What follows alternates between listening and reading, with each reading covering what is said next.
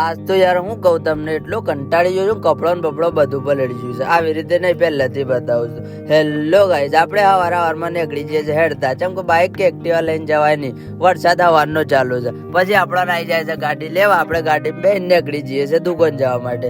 દુકાન જઈને ફટાફટ બેગ લઈને આપણે નીકળી જઈએ છીએ આજના રૂટ માટે. રૂટમાં આગળ વધીએ છીએ ને ધીમો ધીમો વરસાદ અત્યારથી જ ચાલુ છે.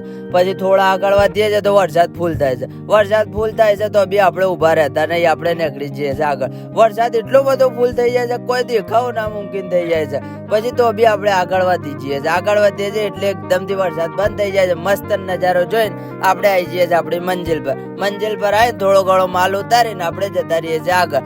આગળ જઈને મસ્ત ચા પીવા ઉભા થઈ જઈએ, ચા બા પીએ અને આપણે નીકળી જઈએ છીએ બીજા ગામ જવા માટે. બીજા ગામ જતા મસ્ત ના રહ્યા પુલિયાનો વ્યૂ જોઈને આપણે બેસીએ છીએ સમોસા ખાવા. સમોસા ખાઈને આપણે આવી જઈએ છીએ બીજા ગામ. બીજા ગામ આવીને ફટાફટ આપણે માલ ઉતારીએ છીએ. માલ ઉતારીને આપણે સીધા જતા રહીએ છીએ જોહરની નમાજ પડા. જોહરની નમાજ પડીને આપણે નીકળી જઈએ છીએ હિંમતનગર જવા માટે.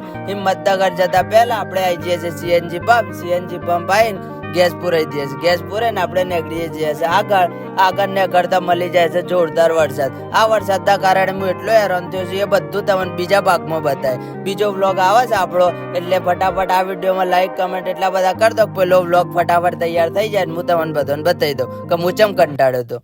મળીએ બીજા વ્લોગમાં.